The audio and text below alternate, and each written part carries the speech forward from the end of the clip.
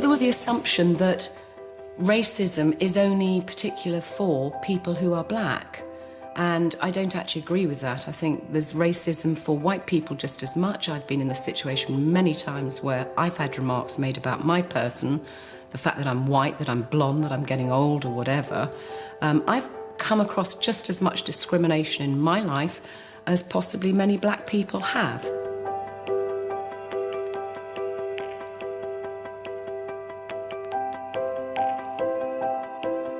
But it's interesting now that the brown eye group are actually talking up. You know, the blue eyes were obviously saying, this is where I stand, I don't agree with this. And the brown eyes say, no, listen, these are the experiences that we have had, and make in relation to what people are actually saying in the blue eye group. So what do you think this tells us then about discrimination in Britain? In Britain, you've got an establishment with power. And that establishment, the people who are part of it, the rules, the laws that we have, are things that people take for granted as being fair. But they privilege a certain set of people more than everybody else. So it's not that we have one particular racial group that everybody's racist against. It's that there are many minority groups, all of which are disadvantaged by this system of power. But you might walk away from this and say the white people in the blue-eyed group are just in denial. I totally agree, because there's a sense of like, well, we're not racist and racism doesn't happen. Because the discourse now is that people are feeling, whether you're black, white, Asian, everyone feels they're being discriminated against. But what people are failing to recognise is the issue of power. And this is what Jane is trying to present, but they're not actually quite getting that right now. But Jane Elliot is undeterred, and the segregation of the two groups continues during the food break. As the blues are kept together and fed basic sandwiches, the browns are given the freedom to enjoy a buffet. And look what they're getting. Have you looked? They're getting cordon bleu, we get a few sarnies. This is where it takes the piss, actually. It's not just the blues who are feeling hard done by. Over in the brown-eyed group, the black volunteers feel there is a lesson to be learnt. But one of the white volunteers doesn't think it's fair to label all whites as racist. I'm getting drawn into something that I don't want to argue about, because I don't want to see other people abused. But the thing you are is, saying that just because aware. you are black, only black people experience racism. I grew up in a country full of people where there weren't any white people. I understand racism just like you understand racism. I don't have to be black to understand what it feels like to be a black person. You don't have to be white you can still empathise with people. When we first started, most of the people in the blues were in complete denial. And now? And then some shifted, and some are still in, and then some are still, some are like this. Some have gotten up and walked out because they refuse to walk in our shoes for 2 hours. It's being picked on, it's being bullied. If you become being a different... you're closing yourself off to it. Oh, that's rubbish. That's absolutely rubbish. Now, it just means it affects you. Here's the way it is. The exercise is not over. Do you understand that? Because the blue-eyed people don't. So there is more abuse to come if that's what you prefer to call it. I prefer it. So I just want to have a glass of water.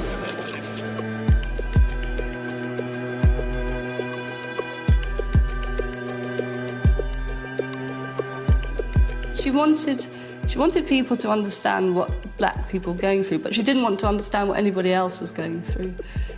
I hate people putting other people down. It's wrong, and I don't like it. It's not about being black or white to me, and I think it was a bigger issue. It wasn't just about... She made it too simple. She was separating us. There were black people and there were white people, and that was, as far as she's concerned, that's all it was. Jane Elliott's beliefs and methods have always been controversial. Is this bullying?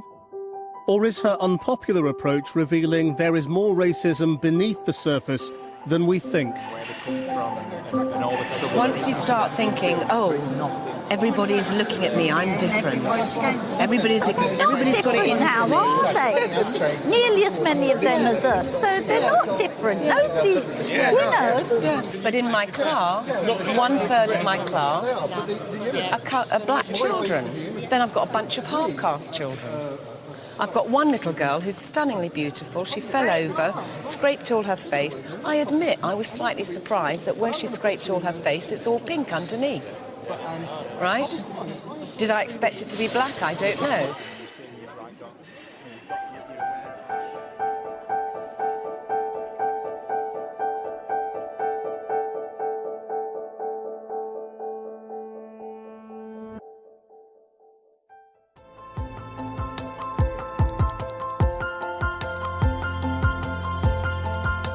So what you're saying is that everything that people of color say to you isn't true. It's their imagination, they're paranoid. They aren't paranoid. They know what's happening to them. Throughout the day, Jane Elliot has divided the group by eye colour, but a bigger division has emerged between the white and black volunteers over what racism is. Do you think this whole exercise is able to deal with the subtleties of racism in 2009?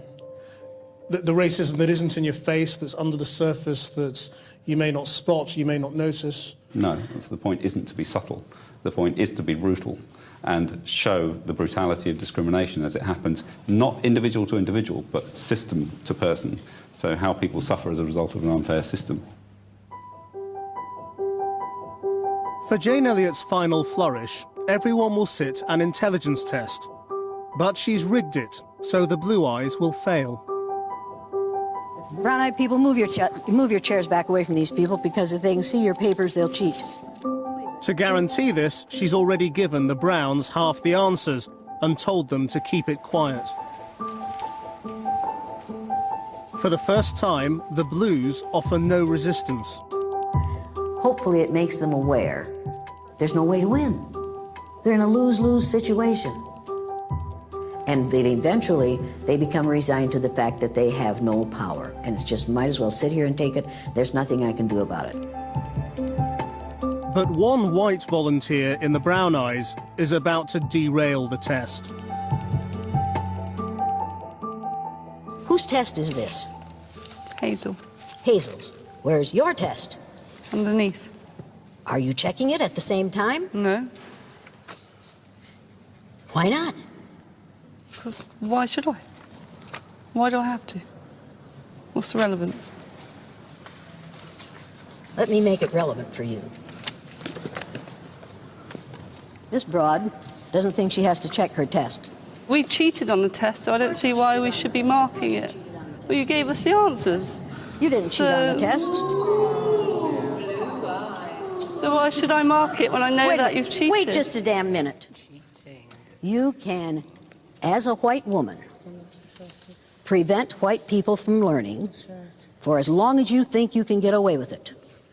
Has that fool learned anything yet? She's preventing other people from learning as well. She's working hard at it, isn't she? Yeah. With the final task thrown off course, the division between white and black surfaces once again. Here was an opportunity to carry out an exercise and see how people reacted and learn from that. But instead, what we got was sabotage. Effect of the situation. It's not. Exactly what it is. Clearly, I think we all understand that this is an exercise, and there were issues. Now we will never know, will we? This controlled environment is about racism, or is about being an underdog because of something you have no control over. Sometimes the system is stacked against you, and those in power may be operating in a way to put you in a disadvantaged position. Jane Elliot brings her exercise to a close. After 10 hours of struggle, has the exercise revealed the reality of life in modern Britain is still very different for white and black people? I'm 63 years old, and I've seen England change so much. You know, for me, it's so difficult because all of a sudden, you know, we've got this multiracial society. It wasn't there when I was a kid, when I was a teenager even. And my kids accept it. They're amazing. I'm the one that genuinely has a great difficulty with it. But I'm learning. And today I think I've learned so much. Thank you. For me, I didn't need to ever change my opinions. I walked in there as a person who feels very, very strongly about any form whatsoever of that kind of behaviour demonstrated by, whether it's one of my friends, one of the children in my class, whatever. I've always felt passionately about that. So I didn't need converting. And to be treated as if I was this pariah who was out there was unacceptable anyway, so I wouldn't pay lip service to her, and my comments at the end were more how disappointed I was. I've been in occasions where people have told a joke and everybody has laughed and nobody realised that that was a racist comment apart from me. So, so you can be in a situation where, it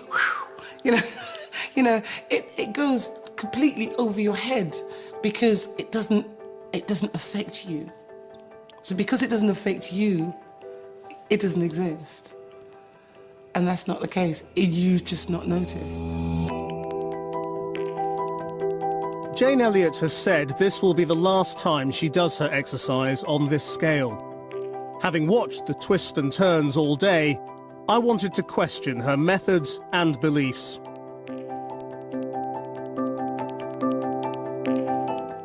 Jane, thank you very much indeed for putting this exercise on and for letting us watch. But there are a number of things that have sprung to mind watching it. Do you feel guilty about being white? Not at all. I didn't choose it. I can't lose it. Why would I feel guilty about it? Do you think there are things white people should feel guilty about? All white people should feel guilty about? Behaviors. White behaviors. Yes. But I don't think you do those things because you're white. I think you do those things because you're ignorant. So you're conditioned to do these things? Absolutely. To be racist? Absolutely. And it works. The conditioning is working, has worked for a very long time. Do you think all white people are racist? I think if you graduated from high school and you aren't a racist, you weren't listening, you should have gotten an F in social studies. So that's a yes. All white people are racist? We are conditioned to the myth of white superiority from the moment of in fact, before birth. We are conditioned to the myth of white superiority. Some people who watched these events today they'll have this interpretation of it, and just bear me out on it, that you met these people, you brutalised them to some extent, you were very hard on them, you made them insecure, you made them question all sorts of things about themselves. Did you ever see a lynching? Obviously not. Of course you did. Would you like to? Let's stick with the tradition of me asking the questions. No, let's stick with this. What I do looks brutal to white people because that isn't something they have to live with all day, every day. But you know the accusation. The accusation is you're manipulating them. Of course I am. And that's wrong. You're playing with their feelings. Yes, and it's wrong when it's done on a grand scale in society. It's even more wrong, but we do it all the time. You've been doing this for more than 4 decades. Yeah? What do you think people are going to say the legacy of Jane Elliot is? Don't care. You must care. You've care. been doing this to change behavior and make the world a better place. You must care. Don't care. What people say about me is of little importance to me. Did I make a difference today? Did I make a difference today? Did I make a positive difference today in the area of racism? And that's what I want to do.